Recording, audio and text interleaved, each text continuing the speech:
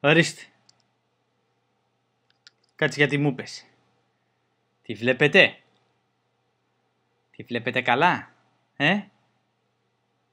Η μίξα μου είναι. Αφιερωμένη σε όλα τα τρόλ. Καλά ρε ξεφτυλισμένοι. Τολμήσατε και κάνατε και like σε αναρτήσεις που σας τα έχω, να. Λοιπόν, είχα σκοπό να μην το συνεχίσω το βιολί. Αλλά τελικά θα το κάνω.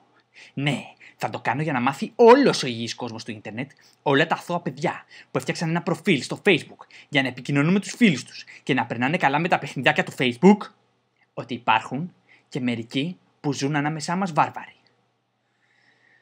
Λοιπόν, να ξέρουν αυτά τα σκουπίδια ότι ένα delete τους έχω. Τις προάλλες πετάχτηκα μέχρι το περίπτερο να αγοράσω ένα τζελάτο για να δροσιστώ με τη ζέστη.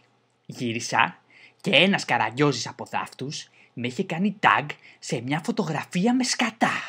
Λοιπόν, τέρμα τα αστεία.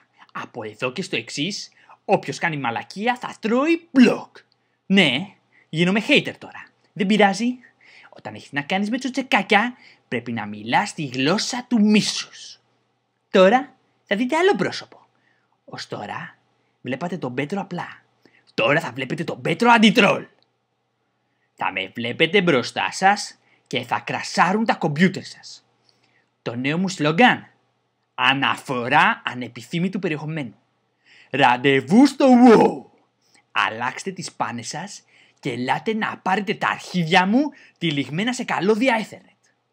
Θα ανοίγετε το inbox σας και θα βλέπετε στην οθόνη σας τις παπαροσακούλες μου. Μαλακιστήρια.